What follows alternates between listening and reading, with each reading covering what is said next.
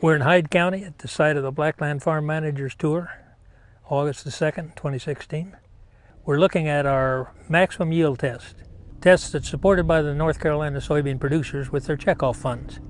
Tests where we're trying to do as much as we can to jack yields up and then sequentially subtract treatments out as a way to measure what's that treatment contributing to yield. It's a different way of looking at it than some of what we traditionally do, but it also gives us a handle on looking at whether some of these practices are more or less important in a high yielding environment than they would be in a more typical yield environment. So we're intentionally trying to work with a high yielding environment here, trying to do as much as we know how to do it right in terms of yield. One of the things we wanted to do on purpose, get the highest yielding variety in a 60 bushel environment. And that's what we've got in here, Asgrow AG5533. Over here right beside it, we've got the highest yielding variety overall. Not necessarily the highest in a 60 bushel environment, but the highest all-purpose variety. Last year we got quite a bit of difference in yield in favor of the variety that yield well in the 60 bushel environment. If we come down next to it, this variety is a little shorter than our contest variety. That doesn't bother me because we got them about 3 feet tall, and that's kind of my target. Can we get them 3 feet tall and lap the middle? Here we've got 30-inch rows instead of 15. Two things showing up. One, we're not lapping the middles. We got a little bare ground in between. So we got sunlight that's falling on bare ground and being wasted. We're not capturing it by leaves.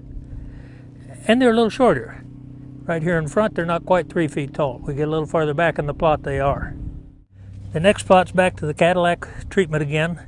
15-inch rows, the high yielding variety in a 60 bushel environment, but at the higher population, 156,000 seeds per acre rather than 120. A little taller, and I'd expect the higher population, the little taller they're going to grow. They're stretching for light. They're looking for sunlight.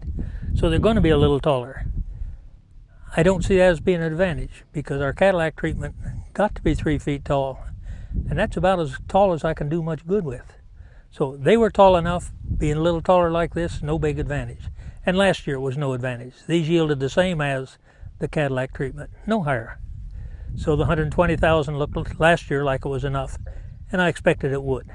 We've looked at some seed treatments, several seed treatments. Last year they didn't show much. They didn't show much this year. So at least in the high yielding environment, we haven't noticed a big difference on them. We also looked at some foliar fertilizers, but did not get much of a boost out of that. We did try the foliar fungicides, and that's been one of the biggest increases. Altogether, we're using 3 different fungicides, 3 different times. We got about 7 bushels the acre last year, had increase where we used the fungicides as opposed to where we did not use them.